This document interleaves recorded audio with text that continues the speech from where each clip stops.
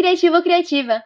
Seja bem-vindo ao Burocast, o podcast para criativos que estão cansados de quebrar a cara com a parte chata do trabalho. Meu nome é Juliana. Meu nome é Luíse. E hoje nós estamos com um convidado super especial, a Monique, que é uma das professoras do nosso novo curso de precificação, que vai sair na plataforma online do Burocracias. Eu queria começar, Nick, pedindo para você se apresentar um pouquinho e contar a sua trajetória profissional. Por que você foi chamada para fazer esse curso de precificação com a gente? Oi, Ju. Oi, Lu. Olá, todo mundo que está assistindo, criativos e criativas. É um prazer e uma honra estar aqui com vocês hoje e fazer parte do projeto do Burocracias também. Eu sou administradora de formação, né? Estou terminando também a segunda graduação em Direito. E quase que 100% da minha experiência profissional eu trabalhei com consultoria empresarial e nos últimos anos muito forte essa parte de gestão e de finanças. Então, acredito que vou poder contribuir bastante aí no curso, falando um pouco de precificação, que é um tema que parece difícil, mas não é tão difícil assim, não. É o tipo de tema que é fácil para vocês, né, muito natural para vocês que estudaram isso na graduação, mas pra gente parece um bicho de 7 cabeças. Então, é porque eu acho que a expectativa é que esse tipo de assunto venha como uma fórmula, né? Mas tem muitos detalhes e fatores que influenciam para você determinar um preço, não é só uma fórmula. E ainda que fosse só a fórmula, acho que 90% ou mais das pessoas que estão nessa área mais criativa, de artes e afins, não gostam muito de números, então acho que tem essa resistência já de cara, né? Não mesmo, né?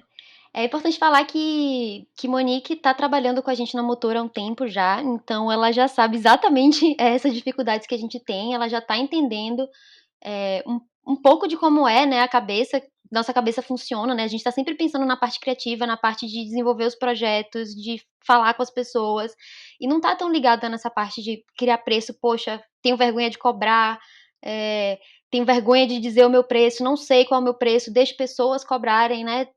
Darem o valor que elas acham que o meu trabalho vale, e ela já vê essas dúvidas da gente na prática, e vai poder ajudar muitas pessoas aí nesse curso e nesse podcast, nos outros conteúdos que a gente vai desenvolver ao longo do tempo. Eu comecei atuando muito, e falando um pouquinho mais, né, da parte de consultoria, eu comecei atuando mais com empresas maiores. Nos últimos anos eu trabalhei bastante com franquia, com empresa grande, grupo, vendendo para essas grandes redes, e de um tempo para cá eu comecei a atuar com empresas menores. Eu acho que isso faz um pouco de mais carinho, de mais sentido para a minha atuação profissional, e é muito bom estar com vocês e aprendendo um pouco da área também, né, que o outro lado é verdade também, a gente não aprende muito dessa outra parte no curso de administração, então é muito bom essa troca. Vamos começar com as perguntas, então. Eu acho que a gente tem que começar desse assunto, né? Como a gente falou, é um assunto um pouco difícil pra gente, né? Então eu queria começar bem do básico, porque é um tema que eu acho que a gente tem dificuldade mesmo quando tá começando. Então, o que é precificar um serviço, Nick? Por que eu preciso precificar meu serviço corretamente? Boa pergunta. Precificar, muita gente acha que é só aquela coisa de estabelecer o preço, dar o preço para o cliente, botar lá no orçamento. Mas, na minha concepção, ele vai um pouquinho além, que é você entender a estrutura do que tá por trás na hora de você dar um preço para o cliente. Então, não é só um preço que você acha que é bom, um preço que algum concorrente seu pratica, mas é você entender o que você precisa cobrar para você conseguir se manter do seu trabalho, para você conseguir ter uma estrutura que seja confortável, para você não ter um excesso de trabalho também, né? Porque esses aspectos são super relacionados. Então, precificar para mim é você sim dar um preço para o que você quer vender, para o serviço, para, enfim, um produto que for, mas também você entender essa estrutura para que você consiga trabalhar bem, consiga trabalhar de forma confortável. Aproveitando esse paralelo que você fez, né, com relação a precificar serviço ou precificar produto, acho que é legal conversar um pouquinho sobre a diferença entre um e outro, porque quando você precifica um produto, por mais que você não saiba nada, você sabe que no mínimo você tem que pagar o que você usou para fazer, né? E aí quando você está vendendo um serviço, os valores são muito menos tangíveis. Fala um pouquinho sobre isso.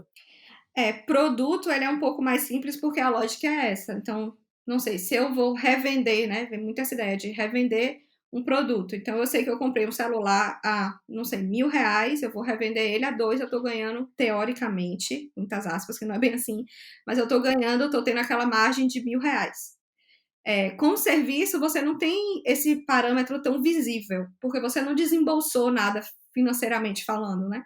Então, parece que qualquer coisa que você ganha, você está realmente ganhando. E o que a gente precisa desmistificar é isso, é que não é. O serviço também tem essa base de custo, entre aspas, que você como se você estivesse desembolsando ou pagando para prestar aquele serviço, e a margem é um valor a partir dali, né? O que é efetivamente o que você ganha. Então, eu acho que é perfeita essa colocação, porque o que é que seria esse equivalente aos insumos ou ao produto que você compra para produto do caso de serviço? Seria a sua hora de trabalho, o seu equipamento que você utiliza para fazer o serviço, seria tudo isso que está intrínseco a você prestar o serviço. Uhum. E acho que para quem está começando no mundo criativo, para quem é freela e tal, esse essa noção do quanto você está investindo para prestar seu serviço é ainda mais complicada de você fazer, né, porque muita gente começa com o próprio computador, com a própria câmera. Isso. E não tem problema, mas tem que ser considerado, né? Não, e até a própria lógica, assim, eu vejo muito nesses grupos que a gente participa, que tem outras criativas, eu vejo isso muito no grupo de ilustração, né: "Ah, quanto é que eu cobro pra fazer uma ilustração X?". Tá, a pessoa pode até te dar uma noção de valor, mas você tem que fazer uma engenharia reversa pra saber: "Ok, a hora dessa pessoa é igual à minha hora, eu consigo pagar as minhas contas com o mesmo que essa pessoa cobra", né. Eu acho que às vezes, rola muito esse pensamento de: "Ah, vou me basear aqui no que os outros estão cobrando", mas não tem uma autorreflexão de: "Poxa, quanto de fato eu deveria estar cobrando, né?". Sim, no mínimo saber o tempo que você gastou pra fazer, tipo, é completamente diferente o tempo que uma pessoa X e uma pessoa Y gastam pra fazer o mesmo serviço, né. Então, obviamente, o valor delas vai ser diferente, mesmo que o valor da hora seja Eu igual. acho que tem duas coisas aí nisso que vocês falaram. Uma que eu vejo muito nessa área criativa e de artes em geral é que as pessoas, elas normalmente gostam de fazer aquilo. Então, você vai fazer uma ilustração, você é o tipo de coisa que você já faz de lazer, não necessariamente com encomenda, e normalmente até muita gente começa assim, né? Tá lá, é meio que uma brincadeira, como se fosse um hobby. Então, muita gente começa assim, e talvez por isso seja tão difícil entender que aquela hora, aquele equipamento, tudo deve ser considerado na hora de dar um preço. Porque é como se fosse assim, eu já faço. Eu tenho uma amiga mesmo que começou a fazer produto artesanal de crochê, e ela começou a vender, e ela começou a fazer de hobby, meio que terapia. E aí qualquer coisa que pagassem para ela era, entre aspas, um ganho. Aí eu É. acho que tem um pouco dessa lógica, que quando você parte para vender, para viver daquilo, é um pouco diferente, né? A não ser que realmente você siga aquilo como hobby. E o outro ponto é entender o que é serviço, porque quando a gente fala em serviço, eu acho que é um termo extremamente vago. Produto é uma coisa física, serviço é uma coisa que não é física, mas que você está vendendo. Mas o que é aquilo, né? E eu acho que, primeiro, algumas confusões. A ilustração que você vende, muita gente eu acho que confunde, no caso da ilustração, ou de uma foto, ou de, não sei, a criação de uma logomarca. Mas você não está vendendo o produto que é aquele resultado final. Serviço, você está vendendo um processo, você está vendendo a sua inteligência para fazer aquilo. E isso tem um valor que não é só o resultado final, sabe? Porque se fosse o resultado final, seria um produto. Aí seria uma ilustração colocada no quadro que você vende o quadro. Aí você está vendendo um produto. Que tem uma outra coisa ali atrelada, mas enfim, só para dar essa diferença. Eu nunca tinha pensado por essa perspectiva, né, na verdade, acho que é uma chavinha que tem que virar um pouco, né, que você não vê Uhum, o que você fez apenas como um produto ali, tá, ok, é um papel com desenho, mas, pô, não é um papel com desenho, né, é toda a sua exato. expertise, é toda a sua técnica, enfim, todo o sentimento, né, que você colocou naquilo. E é um processo criativo que às vezes envolve, tipo, várias outras coisas, né, tipo, um passeio no parque pode ser seu processo criativo. Banho, chuveiro. Banho é o maior acelerador de criatividade que tem. Em via de regra, o serviço, né, quando você vende alguma coisa, né, principalmente na área criativa, você vende personalizado. Você está vendendo realmente, você está comprando a história que a pessoa quer passar. Não é 100% fiz, tem aqui para você, se você quiser, sabe? Normalmente são coisas personalizadas. Então, não sei, um fotógrafo que vai tirar foto, fazer um ensaio fotográfico de um casal, por exemplo. O bom fotógrafo, o diferencial dele, ele vai enxergar a história, ele vai propor alguma coisa. Isso é uma experiência dele, que outro poderia não ter. E isso tem um valor, não é a entrega da foto em si, sabe? Então, acho que é essa a Sim. ideia. E entrando nessa questão da hora de trabalho, né, como é que a gente faz para saber minha hora de trabalho? Tem alguma hora padrão, assim, que você possa me dizer que tem uma hora X, todo mundo deveria começar cobrando isso? Como é que faz? Tem uma hora padrão, o salário mínimo, pelo amor de Deus. O salário mínimo, gente. Se você é formado e você quer começar em algum momento ou agora viver do seu trabalho, não aceite receber menos por hora do que o salário mínimo, do que a hora, né, equivalente ao que a pessoa receberia com o salário mínimo. E aí, uma coisa legal que eu acho que para ter em mente, aí não sei nem se eu devia estar falando isso aqui, porque já é um pouco, entre aspas, avançado. Mas o valor que o funcionário de salário mínimo, né, recebe, o CLT, ele não é o custo que a empresa tem com aquele funcionário. A empresa tem um custo maior pelos benefícios e toda do cumprimento da legislação. Então, se uma pessoa quer viver e quer uma base de hora, eu consideraria a hora do salário mínimo de uma empresa. Então, o salário mínimo vezes 3. Com uma folga, né. Eu estava pensando isso quando você falou um salário mínimo, porque você pode calcular o valor da sua hora como salário mínimo, mas em cima disso ainda tem os outros custos para você Isso, fazer aquele isso. trabalho, né. Então, assim, não tem um valor base, claro, depende de profissional, mas se eu pudesse dar um parâmetro não aceitem pelo seu trabalho menos do que o valor hora de um salário mínimo, porque você não quer. Imagine, um profissional que trabalha 8 horas menos que um salário mínimo, pela nossa legislação, ele é Sim. quase um escravo. Tá numa condição análoga, então não Eh, aceite. tem tem uma coisa curiosa, assim, sobre o passado da motora que eu me lembro que lá no começo, depois da fase do chutômetro, a gente passou por uma fase que a gente, tentava ver um valor de hora que a gente Digno. achava justo. Então um valor de hora que equivalesse ao salário que a gente queria receber. Ainda é um cálculo errado, mas que já faz algum sentido, Não, né. faz total sentido. Qualquer análise que você faça, partindo do pressuposto de minimamente saber quanto você está ganhando por hora, já é alguma coisa, sabe? Porque a gente acaba se perdendo muito, não considerando o processo, não considerando as horas que a gente gastou para fazer aquilo, que, como eu falei, é intrínseco à prestação de serviço, porque você não está entregando o produto final. Então, é uma excelente base, na minha opinião, o que você quer ganhar. E aí você, a partir dali, vê, um pouquinho menos, um pouquinho mais, minha realidade agora não dá para cobrar isso, enfim. O que eu imagino que tá passando na cabeça da maioria das pessoas é assim: "Tá, mas eu não tenho como cobrar o que eu gostaria de ganhar, ninguém vai pagar isso". Que a gente faz com essa pessoa? Que conselho a gente pode dar pra essa pessoa? Não, é assim, ganhar quanto. Eu tenho certeza que vocês na motora também não ganham quanto vocês gostariam de ganhar. Isso é difícil, até porque o processo das pessoas é um processo evolutivo, né? De querer melhorar, de querer. Claro que não tô falando das pessoas que ganham, sei lá, muitas casas decimais por mês, mas assim, o processo é de melhoria mesmo. Então, é, eu acho que é entender que é uma construção. Eu acho que você tem que ter ali o quanto você quer e colocar um horizonte de tempo, fazer um mini planejamento, sabe? Nos próximos 6 meses eu queria atingir tanto. E aí trabalhar para isso. E como é que eu trabalho para isso, para conseguir alcançar isso?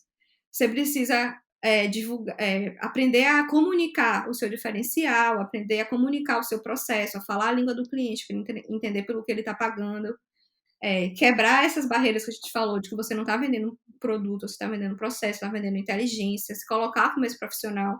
Mulheres, que a motora fala muito para mulheres, quebra a síndrome do impostor, o trabalho, tenho certeza que é incrível e tem muitos pontos incríveis, e a gente vê muita mulher meio insegura, achando que não está muito bom, meio que com vergonha de apresentar o trabalho, de dar um preço mais alto. Eu acho que é ir quebrando essas coisas e saber que é um processo.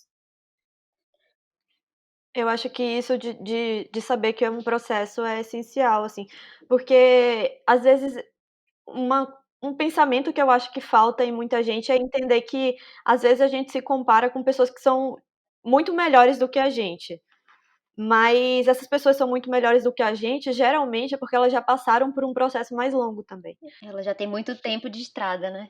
Exato, então é entender também que o valor da sua hora vai ser menor quando você leva mais tempo para fazer um determinado trabalho, e a partir do momento que você começa a ter experiência e fazer esse trabalho mais rápido, o valor da sua hora aumenta. E aí vai seguindo nessa dança meio Não é proporcional, nem né. só essa métrica de tempo, tá? Porque você pode até fazer mais rápido, mas fazer mais rápido e o preço aumentar, né? Então não é uma proporção direta, assim, mais horas, menor o preço, ou maior o preço e menos horas, menor o preço. É muito da bagagem que você adquire, da maturidade que você tem e do investimento que você faz para chegar no preço que você quer. Então, assim, não dá para você colher um fruto de um terreno que você não plantou, se você ter colocado ali a semente, sem você ter aguado, sem você ter adubado. Você precisa investir. E investir é isso, comunicar, é mostrar o seu trabalho, é melhorar seu portfólio, quase não sai. Realmente investir eventualmente em coisas que vão melhorar o seu trabalho, melhorar a forma como é visto, talvez alguma divulgação, talvez uma assessoria de imprensa em algum momento. As pessoas que estão em algum lugar, elas fizeram algum trabalho por trás que normalmente não aparece, ou tiveram ajuda ou parcerias que normalmente não aparecem. Mas ninguém cobra muito dinheiro do nada, aleatório, decidir, porque não é assim que a gente constrói, né? Sim. Só para amarrar, acho que isso que eu falei faz muito sentido quando você vai comparar seu preço final mesmo com o preço de algum outro escritório ou algo assim, né?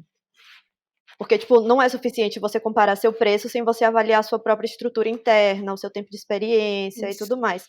Aí, eu vou aproveitar esse raciocínio inacabado meu para te perguntar outros fatores, Nick, que estão envolvidos no cálculo do preço, que não seja só hora, assim. Há várias coisas. Eu vou falar em geral, mas depende, obviamente, como você falou, da estrutura da pessoa, né? Mas aí deve entrar, como eu falei, todo equipamento, a depreciação desse equipamento, Peraí, os investimentos. para aí, depreciação é o quê, Nick? Deprecia... Explica. Depreciação é como se fosse o gasto no tempo do seu equipamento, é como se fosse uma provisão que você faz de uma manutenção ou de uma troca que você vai ter que fazer daquele equipamento. Então, Isso o ajuda a pessoa a se computador. planejar, né? Isso, o computador, você não vai usar ele para sempre. Você precisa prever que daqui a 3 anos, 2 anos, não sei, dependendo do seu computador, você vai precisar trocar. Principalmente se você trabalha muito com computador, se você faz muito trabalho de edição, usa programas pesados, enfim. Então, a depreciação é para você se considerar que esse custo irá existir, que você está usando aquele bem que você adquiriu, né? E aquela grana que a pessoa quer investir na melhoria dela mesma enquanto profissional. Então, por exemplo, a grana que a galera vai investir no curso de precificação do Buro, ela sai de onde? Sai do bolso ou sai do trabalho que ela vende? Depende. Via de regra, esses investimentos extra, que não são recorrentes, eu costumo não incluir na precificação, porque eu acho que onera muito como a gente está pensando por serviço. Mas ele pode entrar enquanto previsão também, ou provisão. Mas aí depende de como a pessoa vai trabalhar o preço dela, porque a ideia é que você tenha o mínimo de coisas que compõem o seu preço, que você precisa gastar. Então, todo equipamento que você vai gastar para fazer aquele trabalho, todo o material que você vai fazer com aquele trabalho, ou gastos que você tem, se você terceiriza alguma coisa, se você compra tinta, papel, enfim, o que você gasta para fazer, que é o que a gente chama de gasto variável. Todo imposto, todo desconto, se você deu desconto, se você tem um parceiro que faz alguma venda para você, você paga comissão, enfim, tudo que você tem que envolve ali aquela venda que é fixo de gasto da sua estrutura, aluguel, luz, as pessoas não consideram normalmente isso. Aluguel, luz, telefone. Uhum. Especialmente quem trabalha em Isso, casa, mas né? precisa. Ainda que trabalhe em casa, precisa considerar isso. Eu costumo dizer para você, o ideal é que as pessoas que trabalhem em casa, que pretendem ter um escritório um dia, façam um estudo de quanto iria gastar e já preveja esse custo. Mas se não, faz um rateio com o que você gasta hoje em dia, porque você gasta e você está usando aquele espaço para isso. Então, se você deixar muito enxuto, não necessariamente que você precise cobrar considerando tudo isso, né? Se você está começando na carreira, enfim, você pode fazer um ajuste, mas tendo consciência que você tem esse gasto efetivamente, ou uma hora vai ter, então que aquele preço não vai se sustentar. Porque o maior problema que eu vejo é a pessoa começar cobrando muito pouco, e quando você cobra um valor baixo, você atrai um tipo de cliente. E aí depois você quer mudar o preço para, sei, 10 vezes aquele valor, você pensa, é uma pessoa que faz gestão de rede social por R$ 50 por mês. Não sei. Isso, obviamente, não vai ser muito sustentável, porque ela vai ter que pegar muitos clientes no mês para ter um valor que seja confortável para ela. Vai Vai comprometer a comprometer a entrega entrega dela. dela, claro, o lazer, enfim. Aí ela vai à À noite, noite, o sono.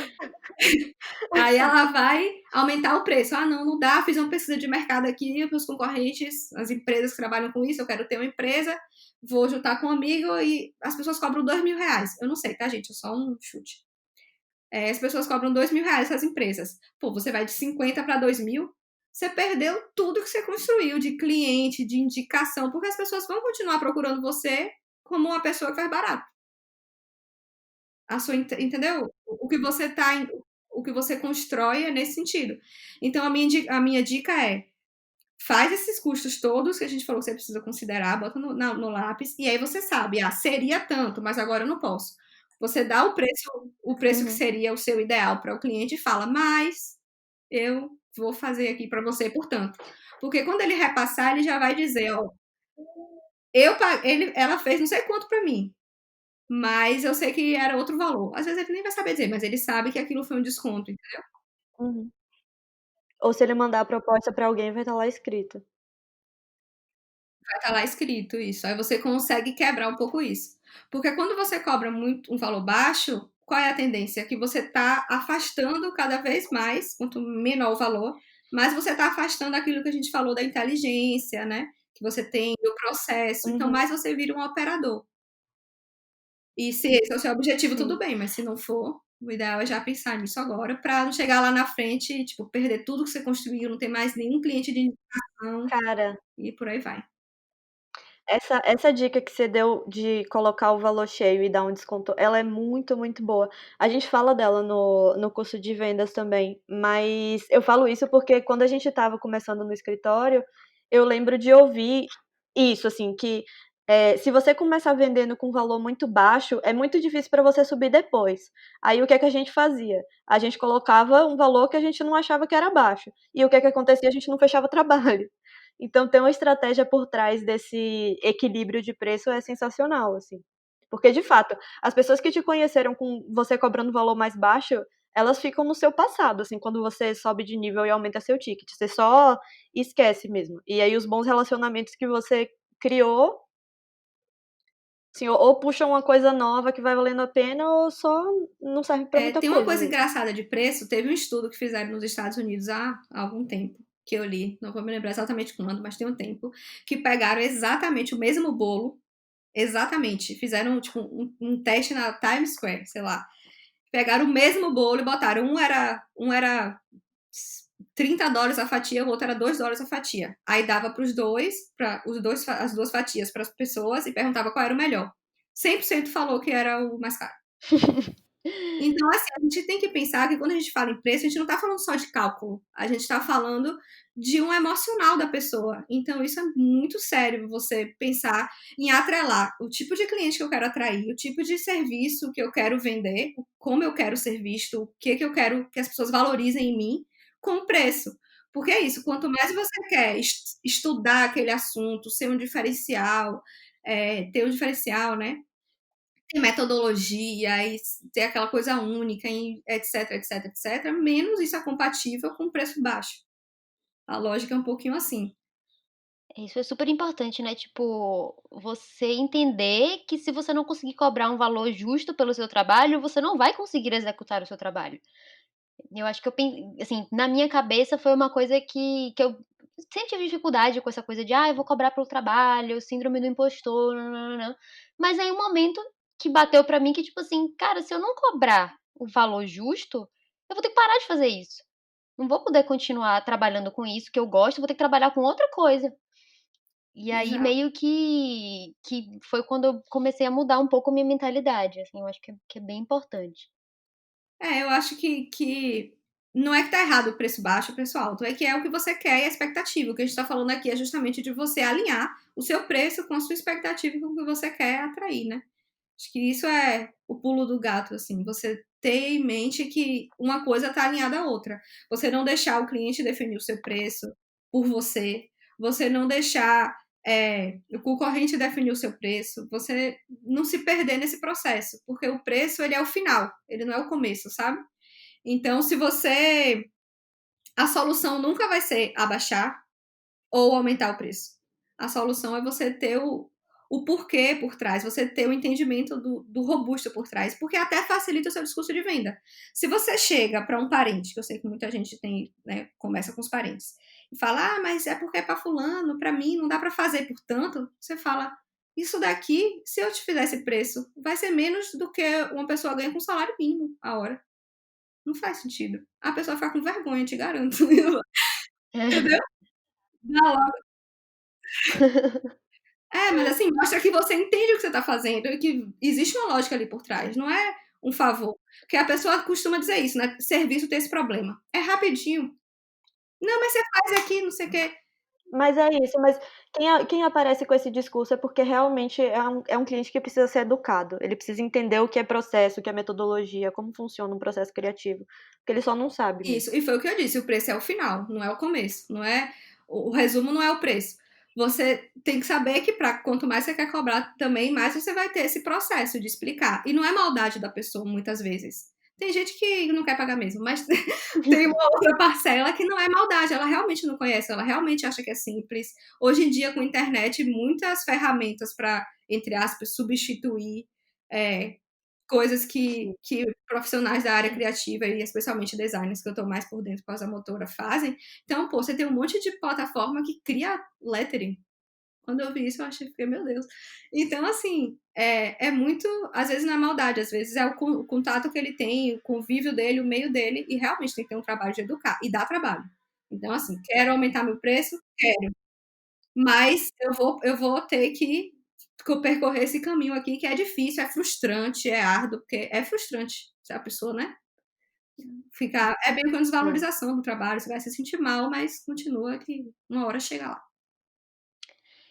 Nick, eu queria te perguntar um pouquinho assim, o que é lucro? Porque a gente fala sempre do lucro, eu acho, de uma forma meio na linguagem coloquial, né? Ah, o lucro que eu tô tendo com isso. Mas assim, tecnicamente no preço, o que é o lucro? Como é que eu coloco o lucro? Como é que eu sei qual é a minha margem de lucro? Ah, boa pergunta. Lucro, falando coloquialmente, porém tecnicamente, é o que sobra. Depois que você paga tudo, lucro é o que sobra. Então, teoricamente, pra vocês terem uma ideia, uma pessoa. Vou dar o exemplo da motora. A motora tem 3 sócias, certo? E em algum momento essas 3 sócias vão estar envolvidas nos trabalhos que vão ser executados pela empresa, certo? Então, ali tem um valor de hora, que é o trabalho efetivamente que cada sócio está fazendo, como se fosse um funcionário. E no final vai ter um valor que teoricamente deveria sobrar, que isso vai ser chamado de lucro. Eu estou só fazendo esse paralelo para já começar tentando fazer uma imagem para as pessoas que estão ouvindo, que não necessariamente o que você ganha é seu lucro, não necessariamente o preço que você cobra é o seu lucro, Porque às vezes parece, né? porque às vezes parece, ah, tirei tanto, sim, mas você você, por acaso, vem a ser o próprio profissional que está executando aquele trabalho. Mas quando você pensa em estrutura de empresa, deveria sobrar um valor para a empresa. E é esse valor que a gente reinveste, é esse valor que faz com que a gente possa comprar um curso, um burocracias, é esse valor que faz com que a gente possa comprar um computador melhor, enfim. É esse valor que é utilizado para melhorar a empresa, para reinvestir, para inovar, para trazer coisas novas, sei lá, para fazer uma viagem que vai fazer, enfim, mudar a forma que você faz o trabalho e etc. Então, o lucro é o valor que sobra. E o que é o valor que sobra? É o seu preço menos tudo que você gasta para executar o trabalho. Inclusive o que você gasta e você acha que você não gasta. Inclusive, Então, o seu preço menos todos os abatimentos que você tem de desconto, de comissão, de etc., que você pode ter no preço, de devolução, de desistência, de inadimplência, porque tem muita gente que não paga, pensa que isso não existe, que existe, menos os gastos que você tem para executar aquele serviço, então o papel que você comprou, a caneta, sei lá, o trabalho que você terceirizou de um colega porque era complementar, enfim, qualquer coisa que você possa ter gastado, o Uber da reunião, o crédito para ligar para o cliente, sabe? O Zoom, se você paga o Zoom ou qualquer outra plataforma, ou o Drive para subir os arquivos, enfim, qualquer coisa que você gasta para executar o projeto, menos ainda, como eu falei, água, luz, telefone, assinatura de programa de edição, assinatura de banco de imagem, qualquer coisa que você gaste já mensalmente ali, que já seja um gasto fixo para você executar seu trabalho. Menos ainda, tem mais, os impostos, Ou a não. depreciação.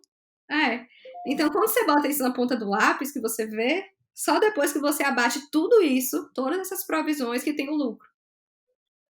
Isso é o próprio salário, né, porque salário Isso, não é lucro. como eu falei, o salário, ele entra. É porque esse conceito se confunde porque é uma pessoa trabalhando sozinha. Ou a pessoa que é Sim, sócia e também é a pessoa que executa. sim. Mas vamos pensar se hoje as sócias da motora, ou da empresa de quem está ouvindo a gente, ninguém mais executar o trabalho, só faz trabalho estratégico. Ninguém mais executa. Nada. Então você vai ter que pagar alguém para fazer executar aquele projeto, certo? Então a motora não ganharia um valor embutido no preço de cada projeto. Entende? A não ser que fosse um diretor de arte ou que tivesse alguma participação no projeto.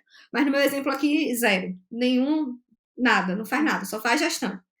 Então, nada que está no preço do que eu falei antes iria diretamente para a motora, porque não é um trabalho direto. E entraria num custo fixo, por exemplo, como se fosse um prolabore, que é um salário do sócio para estar gerenciando a empresa, ou uma distribuição de lucro no final, o que sobra, já que é dona, ela recebe.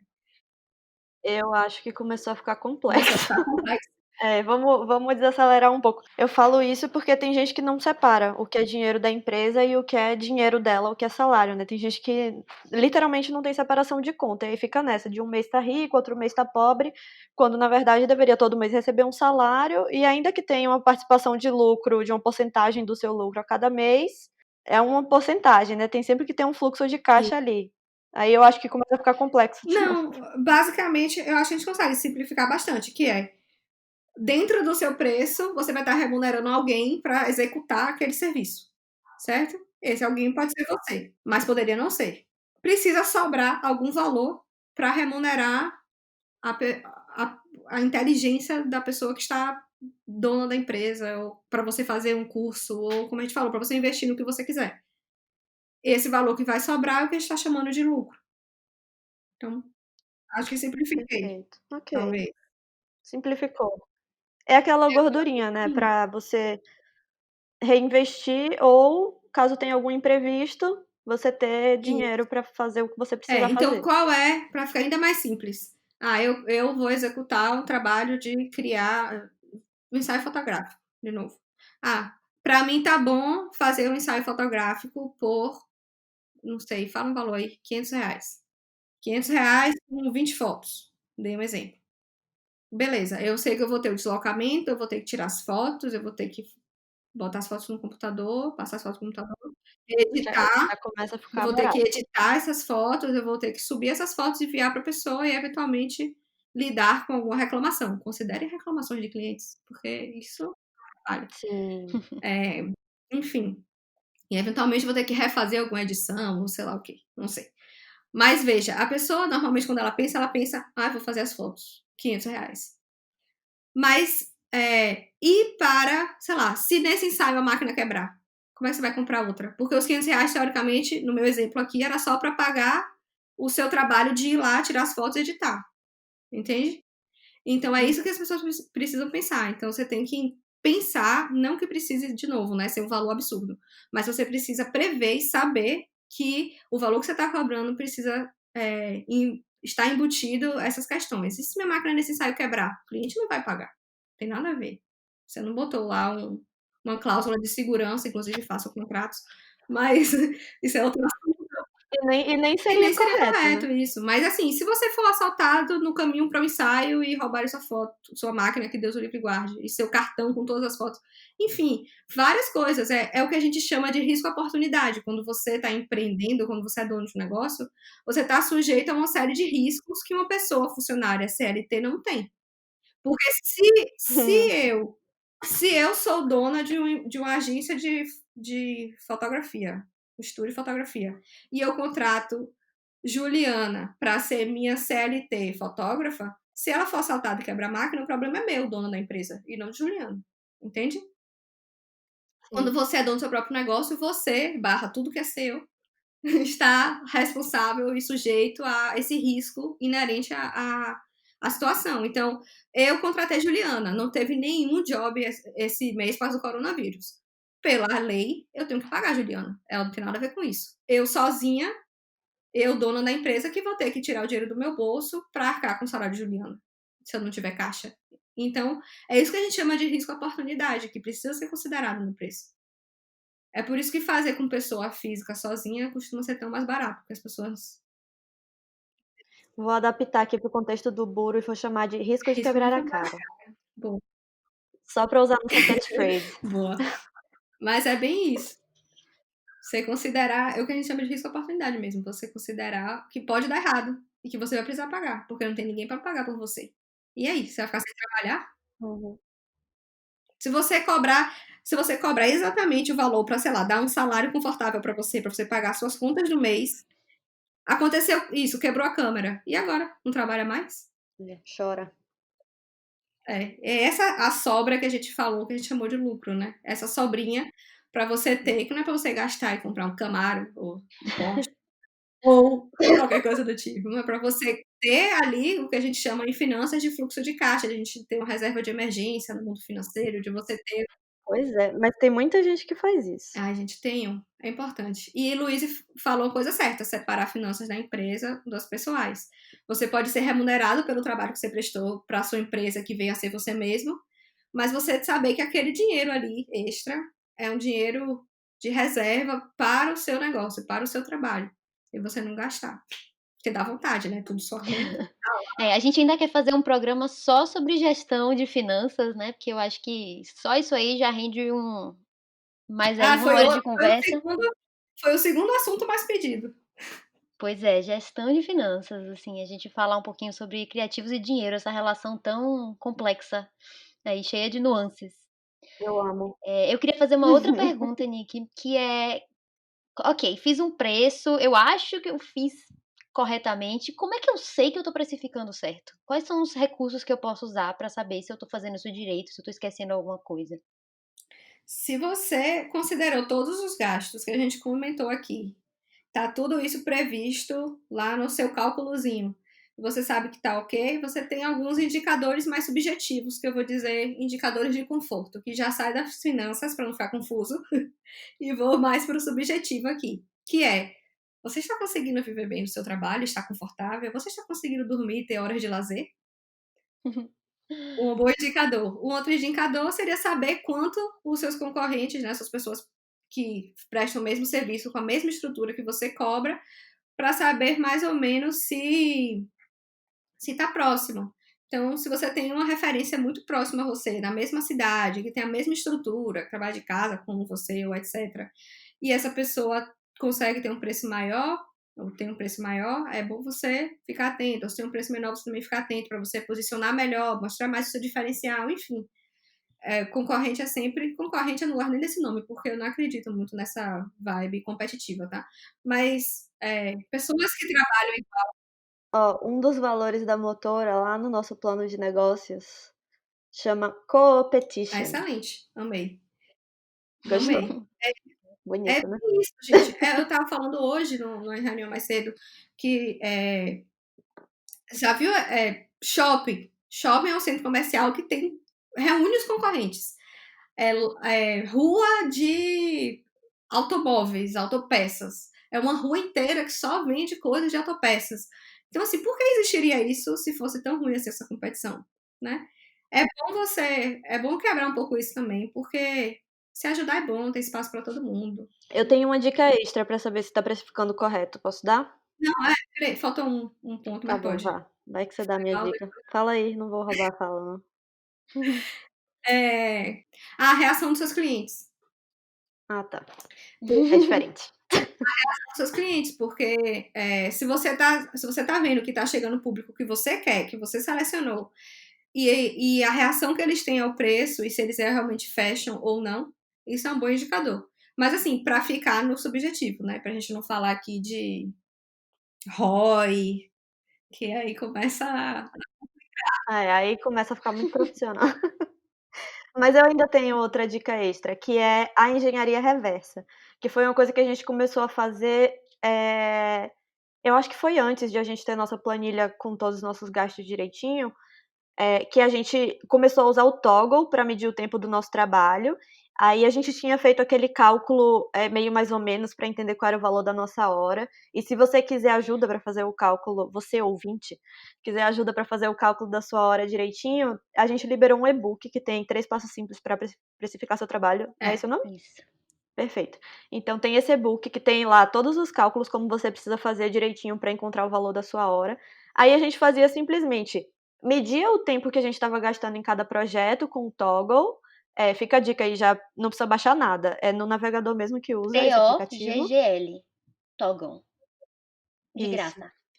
E aí, quando finalizava o projeto, a gente olhava lá quanto tempo a gente demorou para concluir e dividia. Pegava o valor do projeto e dividia pelo tempo. E aí a gente descobria quanto foi o valor da hora daquele projeto em específico e comparava com a nossa hora desejada. Isso Dá ajudou muita muito a clareza, gente. né? Eu acho que ajuda muito você entender o que você realmente está gastando. Às vezes você acha que não gasta tempo com determinada tarefa, você descobre, nossa, tipo, responder e-mail me consome 3 horas do meu dia, e aí você fica: "Meu Sim. Deus, eu preciso começar a colocar esse tempo no meu Sim. na minha precificação". Cara, e aquela coisa que o Nick falou lá no começo, né? A gente gosta do que a gente faz, então a gente não vê muito tempo passar. Às vezes a gente acha que demorou. Ai, demorei umas 2 horas fazendo esse rascunho. Quando vai ver lá no reloginho, 6. Então, assim, medir é importante. E fazer essa engenharia reversa pra ver se você tá E a Mas gente precificando mede direitinho. tudo até hoje. Pode falar, lembra- Nick. lembrando Ah, que isso é sim. para precificar a sua hora, tá? Que tem todos os outros gastos que a gente falou aí para precificar.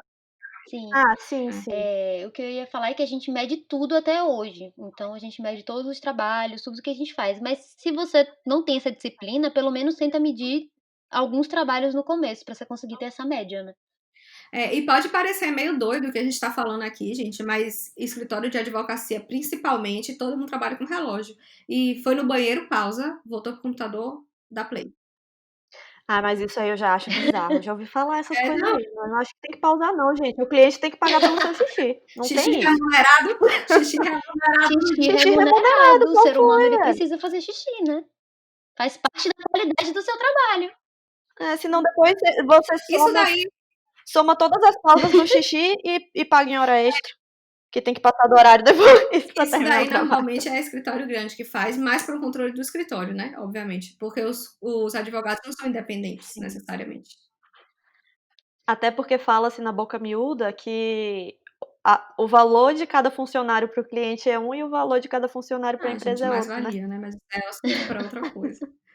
Eu queria falar um pouquinho também, antes da gente encerrar, sobre os fatores subjetivos para a composição do preço, né. Você falou um pouquinho disso, que não é só o técnico, não, o preço não é só uma coisa, do que você coloca na planilha, né, mas também do que o seu cliente percebe. Eu queria que você falasse um pouquinho disso, porque eu acho que é super importante.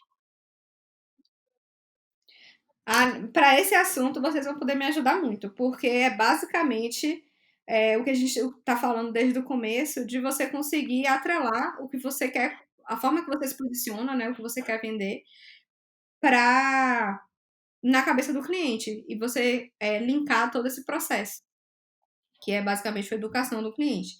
Então, quando a gente pensa em precificação, essa gordurinha que a gente falou, que vai no final compor a sobra, que é o lucro, o quanto você consegue dar dessa gordurinha é exatamente o valor que você consegue gerar na cabeça do cliente. O valor que você consegue gerar nessa sua comunicação, na forma que você coloca o seu trabalho, na referência que você tem, na maturidade, no tempo de mercado. Então, você conseguir aumentar essa margem ou diminuir essa margem está diretamente relacionado a essas questões subjetivas. E aí eu acho que é legal porque tem tudo a ver com o nosso trabalho, né? Quando a gente faz um serviço criativo, a pessoa que está demandando esse serviço muito provavelmente está te contratando porque quer aumentar a própria Isso. margem. Então está investindo na imagem que ela transmite, está investindo na comunicação de alguma forma, está investindo na marca dela, no que for. A fotografia também influencia na imagem da empresa, quer passar uma imagem mais profissional. Então, assim, é a gente não ser casa de ferreiro, espeto de pau, e aplicar nossas teorias dentro da nossa própria empresa e do nosso negócio Isso. também. Então, falou subjetivo. Pensa no diferencial que você quer gerar, o que é que você tem de único. Eu gosto de dar o exemplo, a gente já trouxe esse exemplo lá no curso aí, spoiler, que é um tatuador, é um excelente exemplo. Por quê? Quero fazer uma tatuagem X em mim, sei lá, um nome aqui, um coração, escrito amor. Quem é que vai só assim, tem um tatuador ali, vai lá, faz aqui amor. Ninguém faz isso. Por quê? Você não tá comprando um negócio padronizado, né? Um produto. A tatuagem não é um produto. Você tá comprando uma coisa extremamente personalizada e você quer escolher o traço de quem tá fazendo. Pra ver se você gosta, se você quer aquilo do seu corpo. E qualquer outro serviço criativo é mais ou menos para mim na mesma linha, que é você tem que se identificar com o trabalho da pessoa, você tem que se identificar com o que a pessoa está vendendo, com as referências daquela pessoa, e isso tem um valor. E tem uma brincadeira também, para finalizar, que eu ia falar de processo, né? Mas tem uma brincadeira que é do chaveiro. Vocês já ouviram falar disso? Não. Não. É uma outra pesquisa boba que existe por aí. Essa daí eu não sei nem se realmente foi uma pesquisa ou se foi só uma anedota que alguém inventou. Mas uma porta quebrada, né? A pessoa chama o chaveiro e a pessoa tende a achar que vale bem mais o serviço do chaveiro que demora, sei lá, 2 horas para abrir a porta do que aquele que vai e abre em um segundo.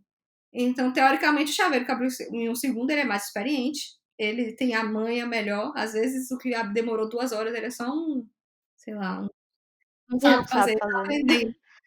Tava se batendo lá, não Mas entendeu o isso daí é uma chaveiro. brincadeira, claro que tem que ser considerada com vários poréns, porque não é exatamente assim na vida real, mas é uma brincadeira para dizer que as pessoas valorizam o processo, as pessoas valorizam a construção do trabalho, e serviço é isso, né? A construção do trabalho para chegar lá.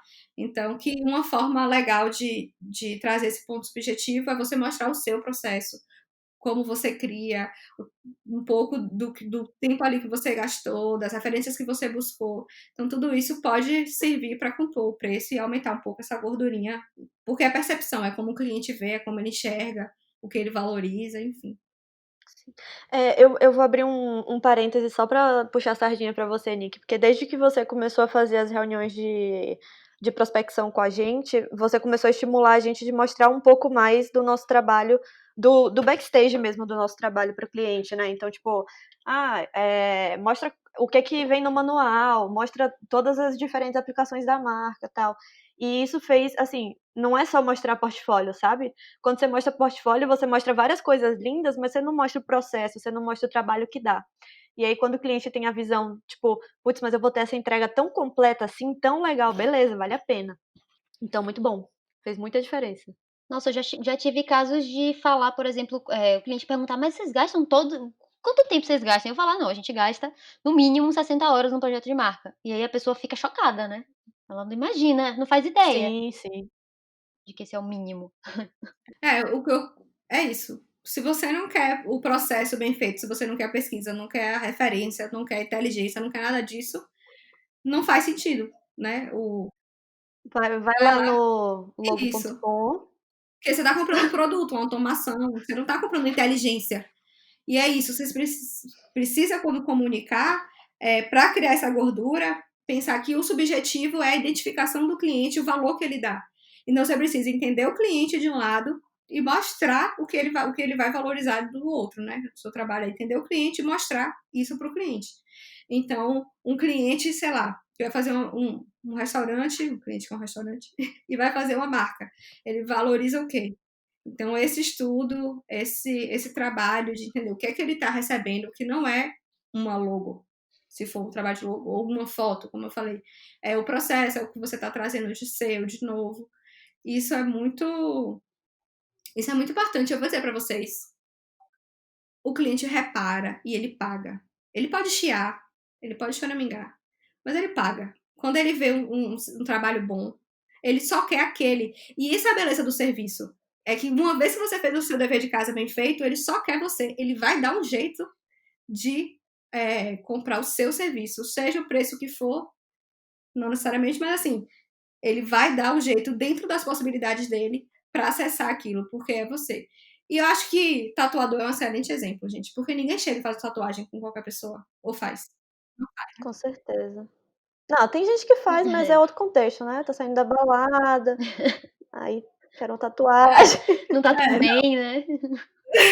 Não tá com as cognições perfeitas.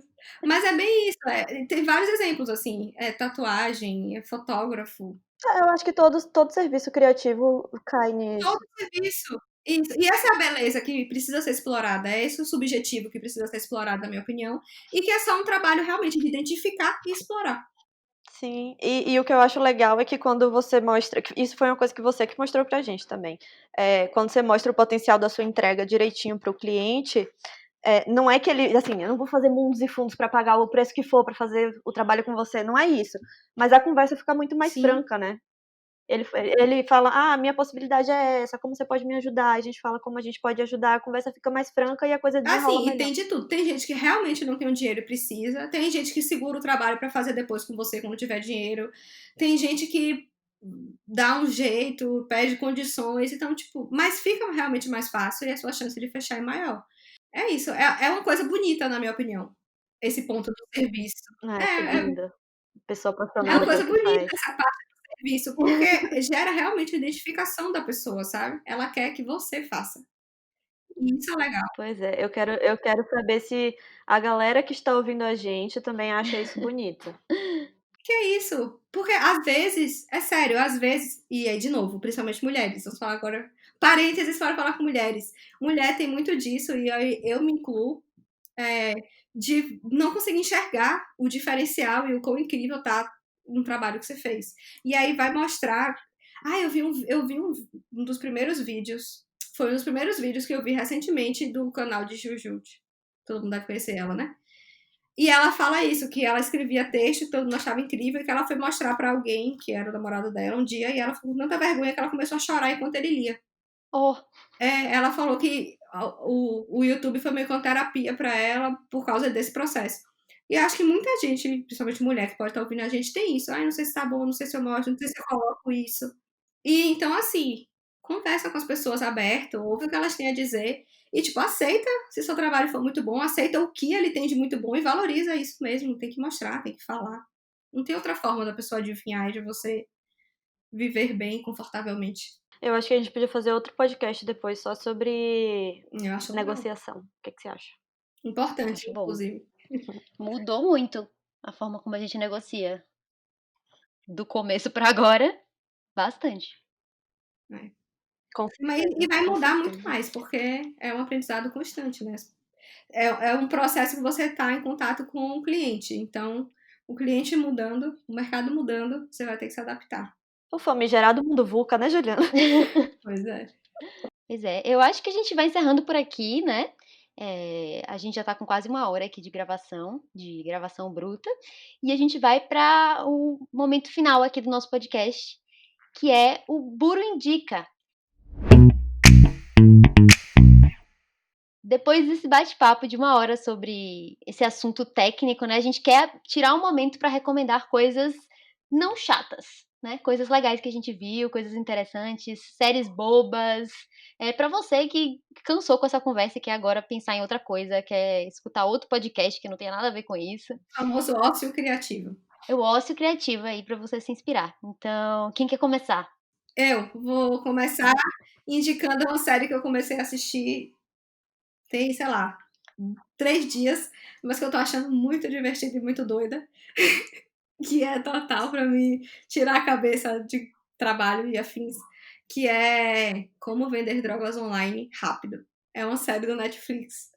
Não tem nem o que falar dessa série, gente. É muito Fantástico. engraçado, é muito sensacional. Basicamente, um menino do ensino médio começa a vender drogas online, ele é tipo nerd e cria uma plataforma pra isso, mas é muito doida a série, é muito legal. Mas a pergunta é, ele tá precificando corretamente ou não? Não sei, não deixa claro na série, mas ele aparentemente tem um bom potencial lucrativo aí no negócio. Porque todos os custos que a gente falou aqui, não é mesmo? Ele não tem imposto, ele não tem funcionários, enfim. Boa indicação, vou ver. Eu quero indicar também uma série do Netflix que eu vi esse fim de semana, que é Casamento à Indiana, ou Indian Matchmaker, que é uma série muito doida sobre basicamente uma casamenteira indiana. Ela faz casamentos arranjados, é um reality show, né? Então é bem levinho de assistir. mas ela vai fazer esses pares de pessoas, tanto nos Estados Unidos, né, indianos que são descendentes, né, e moram nos Estados Unidos, quanto pessoas que moram na própria Índia. E aí ela simplesmente faz o perfil das pessoas e aí leva uma folha de papel para outra e fala assim: "Ah, essa pessoa, você quer conhecer ela e tal?". E aí eles saem em encontros e você fica acompanhando os encontros. É muito doido você acompanhar pessoas que escolheram viver a vida de uma forma tão diferente da que a gente tá acostumada, né. É Pensei que você bem ia indicar legal. Casamento às Cegas. Também, assim, é bom pra quem quer desestressar. Aquela série é muito Casamento engraçada. às cegas é Ela excelente. Eu ia fazer uma indicação meio zoeira, mas eu faço depois. Primeiro eu vou fazer uma indicação séria, então, que eu lembrei agora, basicamente. Tem um tempinho já que eu terminei de assistir a série, mas é curtinha e é muito imersiva, assim, muito legal. Vou indicar Nada Ortodoxa. É no Netflix também, é fácil Maravilhosa. de achar. E lembrei porque a Juliana falou de culturas diferentes e, assim, curti demais. Eu maratonei a série, assisti super rapidinho, muito bom. Eu também assisti eu fui dormir acho que 3 da manhã nesse dia pra terminar. Minha indicação zoeira era de Férias com o Ex, porque a temporada nova está acabando. É que tem na Amazon? Amazon Sim, Prime? Eu comecei e a tá, assistir, gente. e tá Que saindo, foi? acho que é toda sexta, não sei. Enfim, eu tô assistindo com o Watch Party e tá sendo muito divertido. um pouco. É isso. Eu não sei se minha indicação foi zoeira ou não, porque eu não assisti tudo, né? Então, talvez no final. Talvez no final ele vire zoeira. O que importa é que parece interessantíssimo pelo nome, eu vou assistir. Até o momento eu estou rindo horrores. Bom, a gente vai ficando por aqui e até a próxima. Obrigada mais uma vez, gente, pelo convite e gravaremos outros. Com certeza. Muito obrigada. Obrigada a você por topar pelo curso. E acompanhem o Buro se você ainda não acompanha, né? Tem que fazer o merchan. Entra no grupo do Telegram, quem ainda não tá. Verdade. Então temos grupo do Telegram, temos Instagram, buro.cracias. Lá tem o link do grupo, lá tem o link do nosso e-book.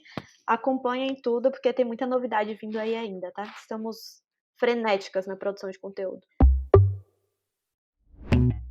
Oi, criativo ou criativa. Foi mal. Você tá zoando, Monique. É.